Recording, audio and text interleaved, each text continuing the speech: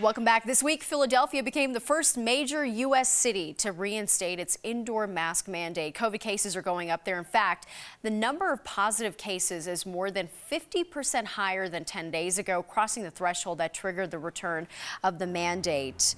This comes as a new COVID variant has now emerged. It's the XE variant, and this morning we're breaking down what you need to know.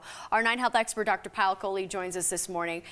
Good morning, Dr. Kohli. Hi, good morning, Natasha. It's kind of like here we go again, this kind of moment.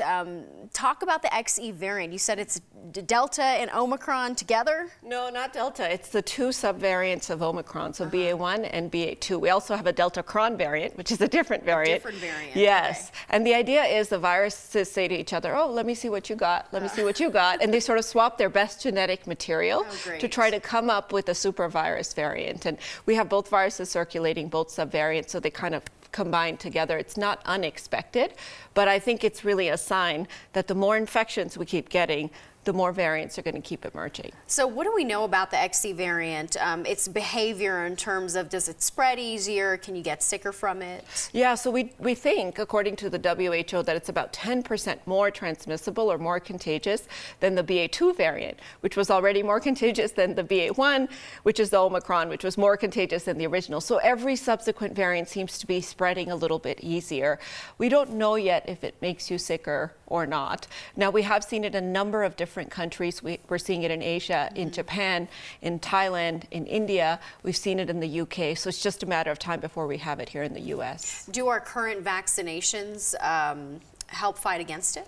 We hope so. We don't actually know, but what we know about BA1 and BA2 is that both of those seem to respond to the vaccine, so we think that this one will as well. Now, keep in mind that both BA1 and BA2 got smarter in the sense that they evaded our vaccines and our immune system. So we think that this one may have some degree of resistance to some other therapies, like antibodies specifically. We're hoping that the antivirals will still work, those medications that prevent viral replication, but all of that remains to be seen.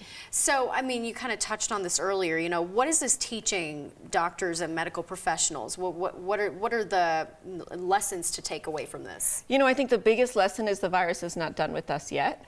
The second biggest lesson is that, yes, even though Omicron appears to be milder, and a lot of people are saying, let's get rid of the masks, let the floodgates open, the more infections you have, the more variants you're going to have, the more recombination events you're going to have.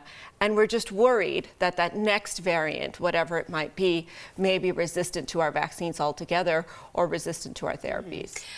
What's your take on boosters in terms of mixing and matching? Yeah, so if you're eligible for a booster now, if you're over the age of 50, it is highly recommended by Dr. Kohli, not so formally by the CDC, that you mix and match. And the idea is we've had 2 high-quality studies that have come out that have shown not just you get more antibodies, you get more T cells, but you also get different types of antibodies. So, for example, if you got Pfizer initially, you make an antibody that lives in your lymph nodes mostly. If you got Moderna initially, you make an antibody that lives in your nose and your mouth.